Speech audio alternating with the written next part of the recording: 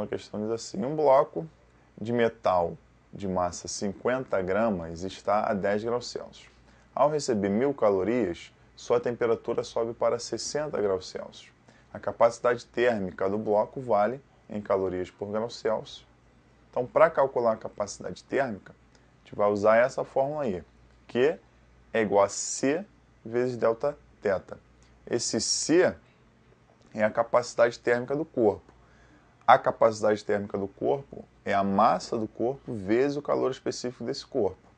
Só que como ele está perguntando a capacidade térmica, a gente substitui o MCzinho, que é a massa vezes o calor específico, pelo Czão, que é a capacidade térmica. Então lá no enunciado estava dizendo que a quantidade de calor é 1000, então vai ficar 1000 igual a C vezes a variação de temperatura, que é a temperatura final, 60, menos a temperatura inicial, que é 10. Então, vai ficar C igual a 1000 sobre 50, que dá 20 calorias por grau Celsius. A questão seguinte diz assim: a quantidade de calor necessária para ferver a água que enche uma chaleira comum de cozinha é, em calorias, da ordem de, então, a gente tem que calcular da ordem de grandeza. Então, é um valor aproximado, não precisa ser um valor exato. Então, a gente considera aí que uma chaleira tenha 1 litro de água. E tem que lembrar que 1 litro de água tem 1 quilo de água. Então, 1 litro equivale a 1 quilo para a água. Então, a quantidade de calor, que é MC delta θ, vai ficar Q igual a 1000, porque a massa de 1 quilo, né, é 1000 gramas, tem que estar em gramas. O calor específico da água é 1.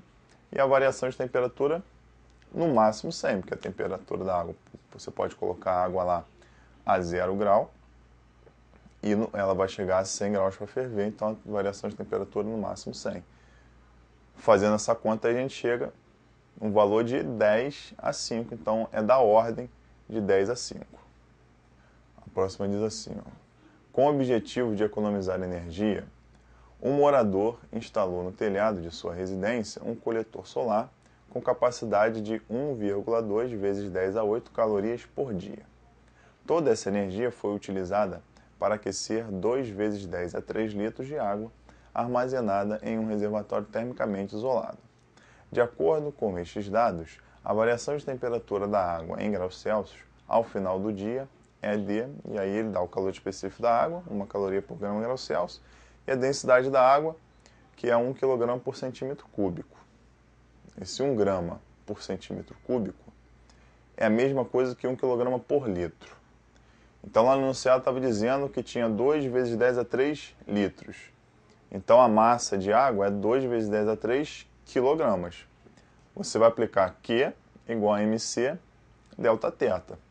O Q lá dizia que era a quantidade de calor lá envolvida por dia, em um dia, era de 1,2 vezes 10 a 8 calorias por dia. Então, como ele quer saber a variação de temperatura ao longo do dia, a gente pega a quantidade de calor total ao longo do dia, que é 1,2 vezes 10 a 8. Isso é igual a massa, que é 2 vezes 10 a 6.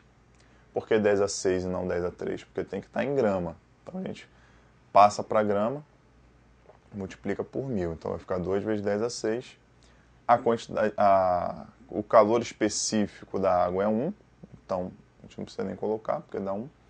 E o delta θ é a variação de temperatura que a gente quer saber. Então, vai ficar 1,2 vezes 10 a 8 dividido por 2 vezes 10 a 6. A variação de temperatura igual a 60 graus Celsius, letra D.